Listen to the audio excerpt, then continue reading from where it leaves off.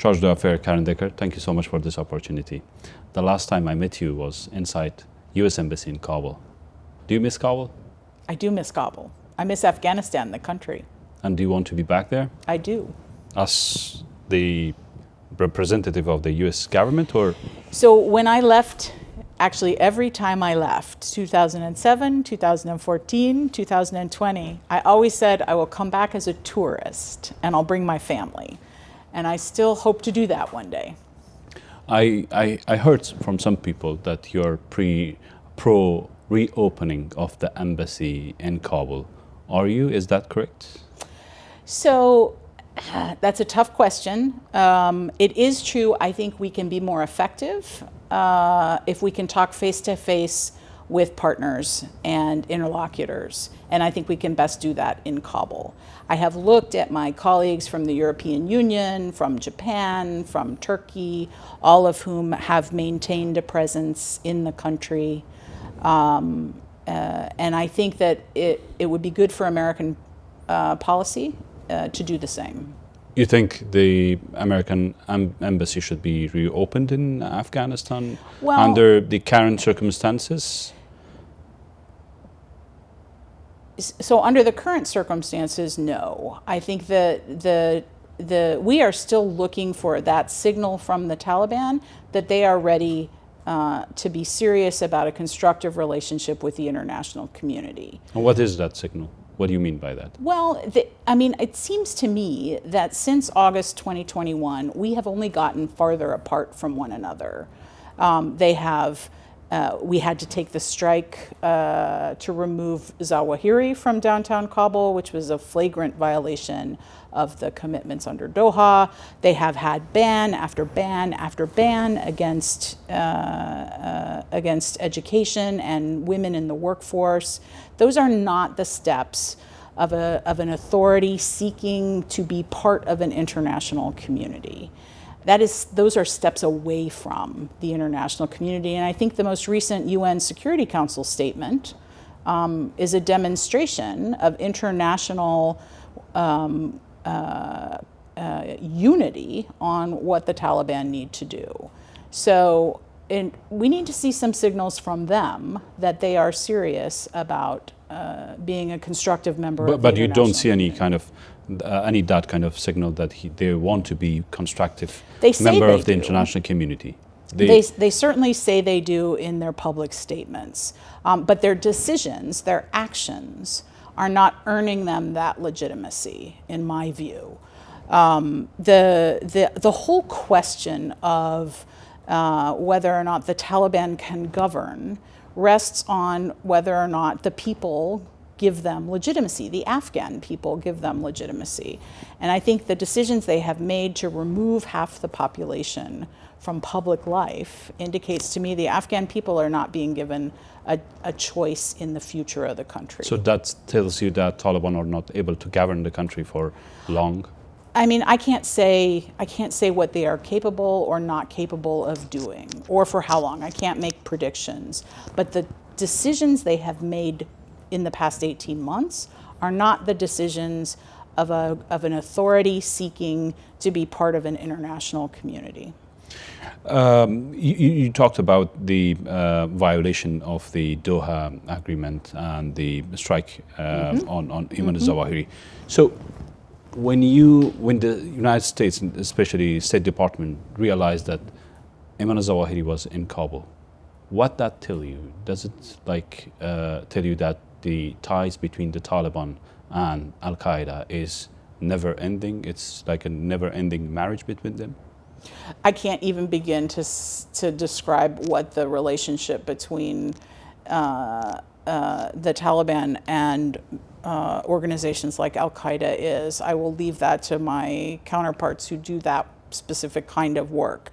But the fact that Zawahiri was in downtown Kabul was a violation of the Doha Agreement, and we took steps to remove that threat. You took steps against Zawahiri, but what did you do about the Taliban? Well, I think the fact that we were able to take that precision strike in Kabul sent a very clear message to the Taliban. Just a message, or any Well, it particular? took out Zawahiri. So those who give like shelters to Zawahiri? What about them?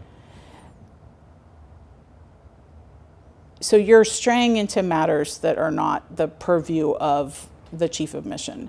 And so I would leave that to others in the U.S. government to assess. But we saw a threat to the United States, and we took action to remove it. And we have registered in the strongest possible terms with Taliban interlocutors that was a violation of Doha. Taliban lost their previous government because of sheltering the previous leader of Al-Qaeda, Osama bin Laden, right? So do you see any similar outcomes if they continue sheltering people like Zawahiri and others? Well, they're not sheltering Zawahiri anymore. They were. And again, these are the counterterrorism portfolio is one that is being worked away from the public eye. These matters are sensitive, and they are not for discussion in the media.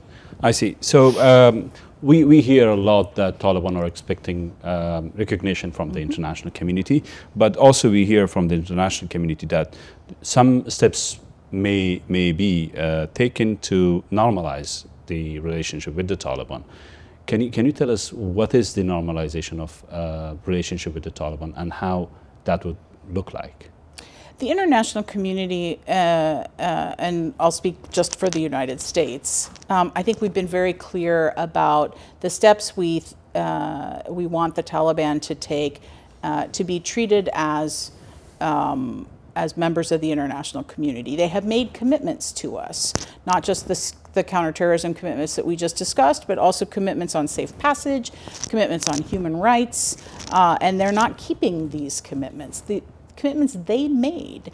And so with that sort of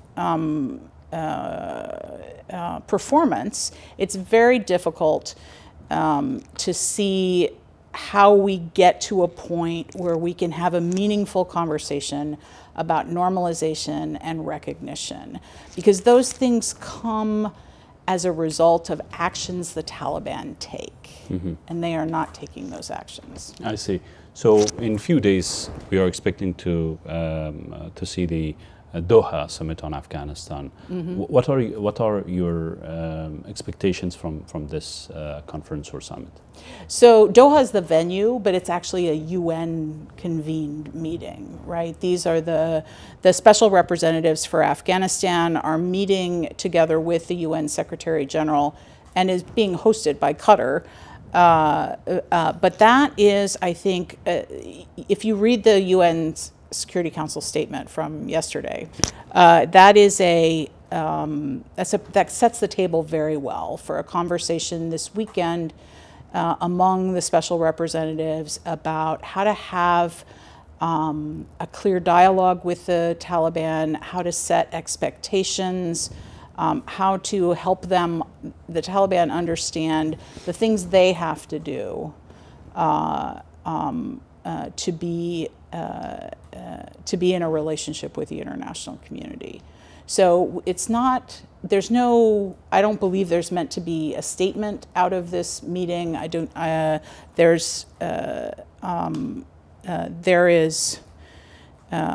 It's an opportunity for the senior people across government to come together, think about the coherent strategy for Afghanistan, take stock of the humanitarian situation, which is, of course, dire across the country, and consider a way forward.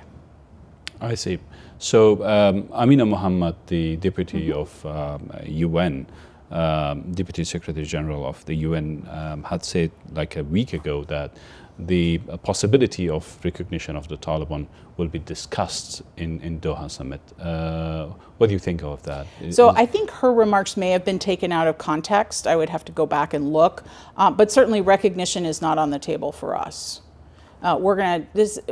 We see this as a stock-taking exercise, a chance to confer with other colleagues, both in the region and among the broader international community, and with the Secretary General, to say The UN has been under stress in the country based on Taliban decisions. Humanitarian needs are growing. What are the things we need to be thinking about? So, speaking of the humanitarian assistance to Afghanistan, we hear that the United States is sending money to Afghanistan, and there is almost $40 million per week going into the country. But we don't know much, and people in Afghanistan don't know much about the details of this money, from where it comes and how it's spent. Can you explain that? So, yes, I can give you the explanation that we have given over and over again. It is the UN that has cash shipments into Afghanistan in order to pay the humanitarian workforce. The money does not go to the Taliban, does not go to any Taliban entity. It is deposited in a private bank in UN bank accounts. The money's dispersed to UN partners and UN agencies to pay the workforce. The money's audited, it's vetted, it's verified, and it's monitored. Who is monitoring it? Who is the UN? How are you sure that the money is not going to the Taliban, or Taliban are not abusing the aid money? Well, you're going to have to ask the UN that question because it is their monitoring system. Yeah, but John Sopko doesn't agree with you on that. Well, maybe I don't agree with John Sopko. Well, he said that the United States has sent about $8 billion since the withdrawal. And he also said that he cannot assure the public in the United States and the Congress that Taliban are not using the money. Yeah. So again, I can tell you that the money that goes into UN bank accounts and then is dispersed to UN partners. There was this report by CBS on April 21st saying that at least 15% of the aid money goes towards the Taliban commanders, and now it is a norm to serve the Taliban first and then serve the ordinary civilians in Afghanistan. I have no way to check the veracity of these claims. I can refer you, as we do in every case, to the UN and to the UN agencies that are responsible for paying the workers that are delivering the humanitarian assistance. How much the United States has paid to Afghanistan? So the U.S. contribution, since the collapse of Kabul. The U.S. contribution to humanitarian assistance in Afghanistan has been $1.1 billion since August 2021. But John Sopko is talking about $8 billion. I don't know where he gets that number. So. There is another. I mean, there's the issue of the Afghan fund, which is $3.5 billion, but that's in Switzerland. Yeah. There is additional money that has come from international financial institutions like the World Bank and the Asian Development Bank. I think that's another $1.3 billion that has been used for basic needs. But again, those go to UN agencies and to UN partners. Very interesting. Okay, coming back to the Doha Agreement, the counterterrorism measures by the Taliban was one of the most important pillars of the Doha Agreement. Do you find the Taliban as reliable partners in the fight against terrorism now? Well, it is the Taliban who are conducting the fight against terrorists in Afghanistan today. It is not the United States or any other partner. It is their responsibility to secure Afghanistan and make sure it cannot be used as a safe haven for terrorists to plot attacks against the United States or any of its partners. And that is not something you accomplish and then are finished with. It is an ongoing commitment. And as we have seen, the Taliban have had numerous operations against terrorist acts and actors in Afghanistan. And I think one of the things that troubles me is the disconnect between the operations they conduct and the rhetoric they use. Because sometimes you will hear Taliban officials say there's no terrorism in Afghanistan. Well, we know that's not true. There have been at least 2 attacks against the foreign ministry. There have been attacks against and Zawahiri was diplomats. there inside Kabul. Zawahiri was there. So we know. So Or they maybe I'm sorry to cut. Maybe they do not consider Zawahiri and affiliates of Al Qaeda inside Kabul as presence of terrorism in Afghanistan. I don't know what they think. You would have to ask them. But you think presence of Al Qaeda is presence of terrorism in Afghanistan? We have seen acts of terrorism in Afghanistan since the Taliban have taken over, and we consider it their responsibility to make sure, 1, that terrorists cannot find safe haven in Afghanistan, and 2, they cannot conduct external operations. So what is the definition of terrorism for the United States now? Because Taliban were considered to be a terrorist group or affiliated to terrorist groups like Al Qaeda. They are not anymore? So you're getting into a topic of expertise. I can't speak for how terrorism is defined around the world and by every country. We negotiated an agreement with Taliban representatives that led to the withdrawal of U.S. forces and coalition forces from Afghanistan. I think focusing on the fundamentals of the Doha Agreement is what's necessary rather than a more hypothetical debate about what is terrorism in the world. And we expect the Taliban to meet commitments that we believe are ongoing commitments. They are not one and done. The terrorism is evolving in Afghanistan, and we see acts perpetrated against Afghans. Yeah. And the Taliban are responsible for making sure that that problem is contained and eliminated. Yeah, I see that on the FBI's website. Sirajuddin Haqqani's name is still there, and there is a $10 million rewards for any information which would lead directly to the arrest of Sirajuddin Haqqani. What does that mean? FBI doesn't have the information because, and it's Sirajuddin Haqqani's name is on the State Department's list, blacklist. So these are tough questions. I mean, is the United States still following Sirajuddin Haqqani to arrest him or kill him, or he is not on the list anymore? So it's not. That is not a question I can answer. He is on the State Department's list, but you cannot answer that question. Okay, but no, I cannot. This conversation is a difficult one. And there are acts of terrorism that were perpetrated by the Haqqani network against Afghans and against Americans. Those are facts. How we navigate this landscape today in the post-August 2021 environment with a Taliban takeover of authorities in Kabul is complicated. And so I think we need to make sure that the discussions we have and the actions we take are all geared at trying to keep Afghans safe, keep Americans safe, and figure out how we get back to what was envisioned in the Doha Agreement, which was a way to bring peace to Afghanistan. Yes, and do you think we have peace in Afghanistan now? So that's a question you need to ask the Afghan people, because I will tell you, I hear a lot of Afghans outside Afghanistan talk about resistance and even perhaps the need for armed resistance against the Taliban. That's easy to say when you're not in the country. When you are inside Afghanistan, some of those Afghans say it's less violent, it's less dangerous than it was before August 2021.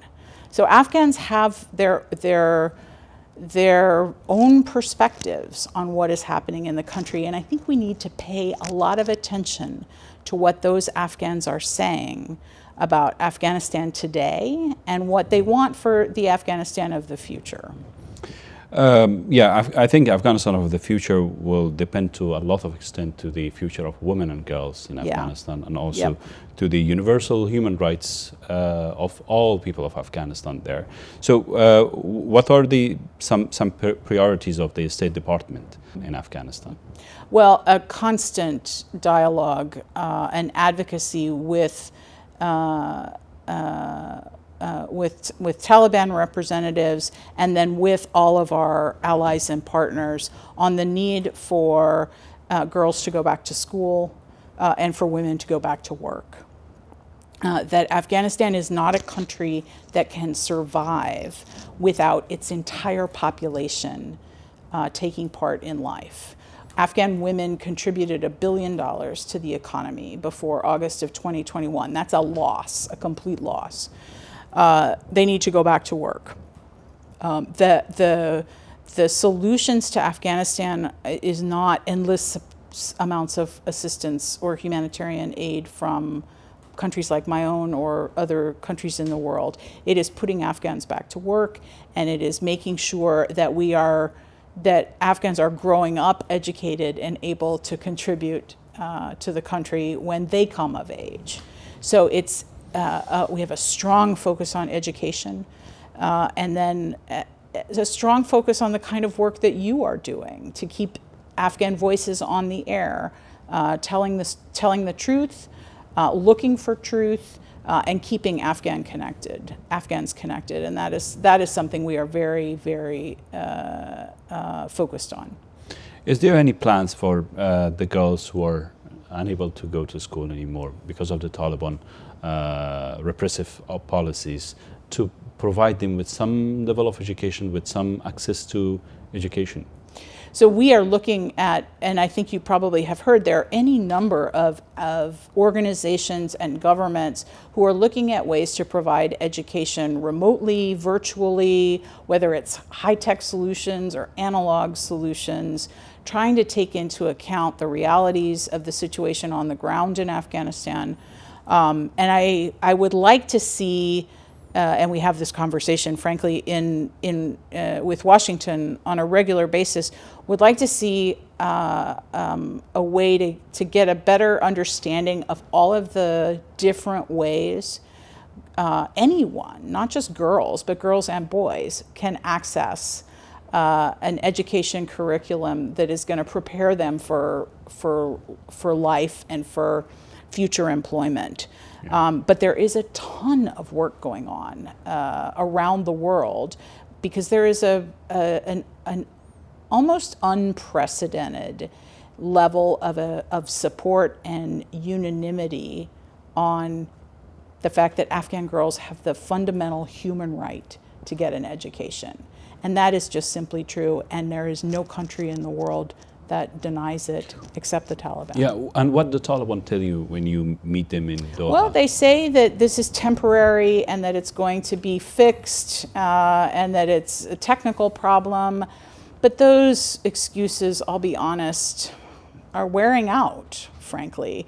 The first decision to restrict education for girls is over a year ago now. Yeah. So why haven't they fixed what are their problems? Yeah. They have no plan that I have ever heard of to put in place the requirements that would put girls back in school. So I find it hard to believe that it's a temporary problem for them. Yeah.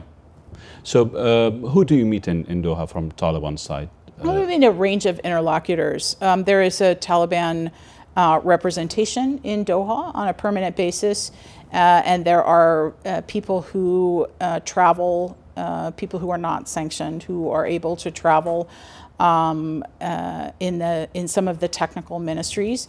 We do continue to provide humanitarian assistance in the health sector, right? So very interested in talking to some of the people working in the ministry about ways we can do that in this new environment. So there's a range of the Taliban that you meet and your colleagues meet in Doha, I'm sure they make promises about reopening the schools and university for girls, right? They ask for time. Like They how ask long? for time. For how well, long? that's a good question. We say how long. They do not know. So this is why this has become such an unsatisfactory answer. If they needed time, if time was the problem, then they should be able to explain why, what they need the time for, and what kinds of work is being done to overcome the problem. But we don't see any of that. So it becomes a very, frankly, I think it's a frustrating conversation on both sides. Yeah. Because they know we're going to ask about women's education, girls' do you education. ask them every time? Every time. Absolutely every time. And do you see the frustration on their faces? Well, I think that the people that we have repeated conversations with, they know their answer is no different than our question.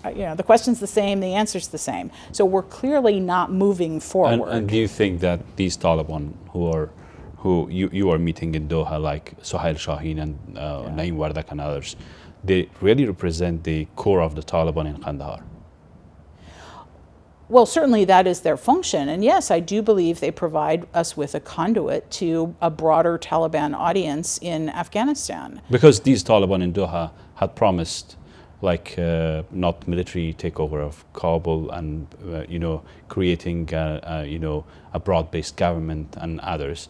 And we didn't see any of those promises being delivered. I mean, certainly on the question of this unfinished commitment of the Doha Agreement for a dialogue among Afghans to determine the future shape of the government, I think that's, as I said, that's an unfinished commitment.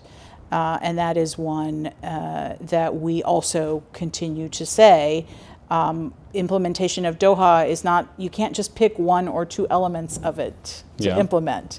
You have to implement all of it, and you have to implement it all the time. And do you see any of the Doha Agreement articles which have not been violated by the Taliban?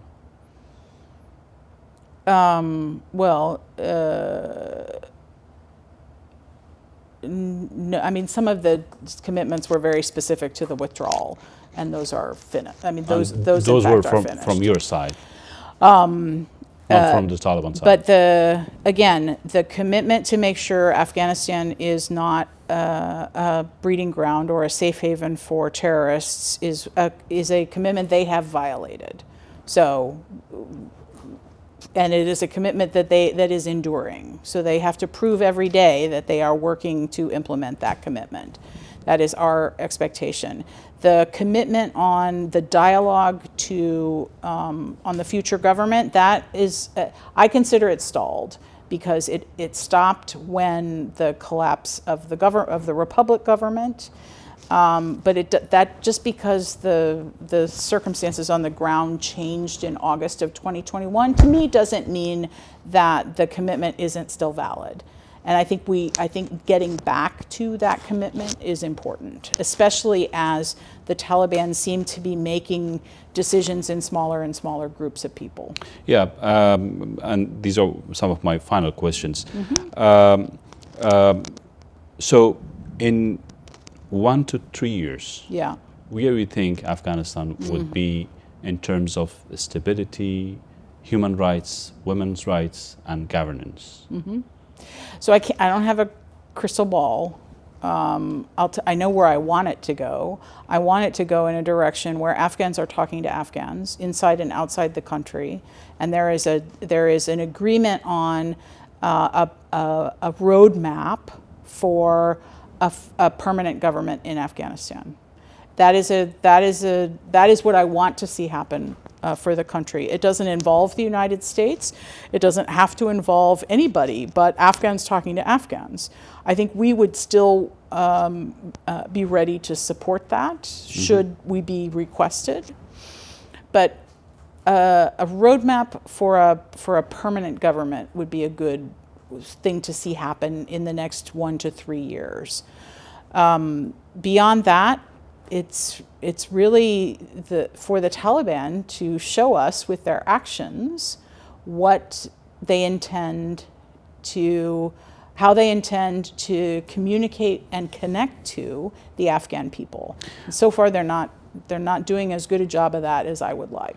The Doha Agreement has been such a divisive,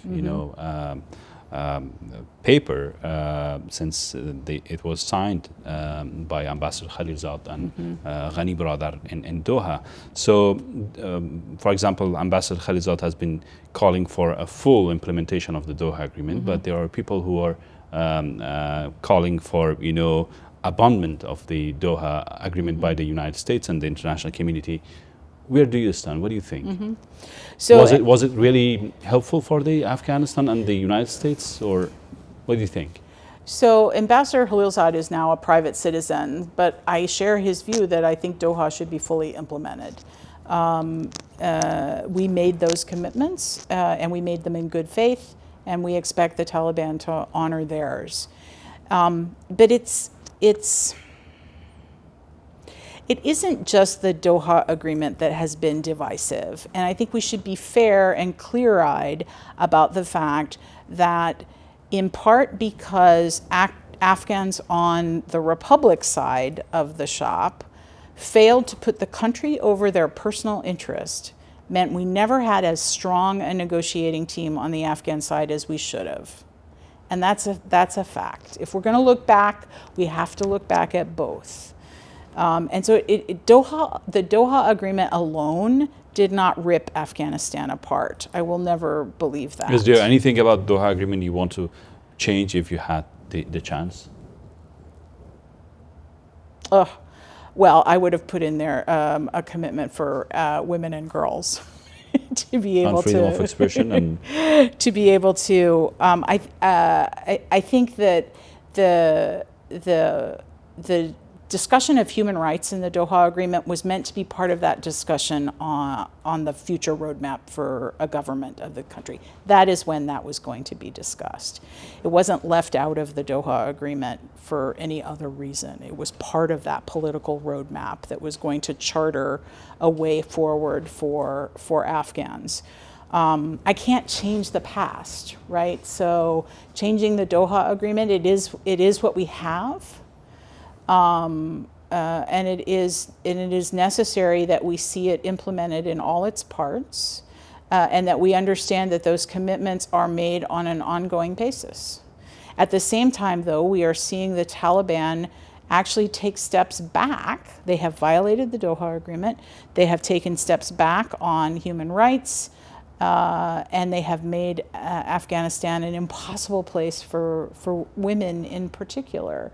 And that is just not, those are not the actions of a group of people that see a future in the international community. And that, I think, that's what keeps me up at night. Thank you so much. Thank you, Sami. It's good to see you. Thank you. Yeah. Yep. Thanks a lot.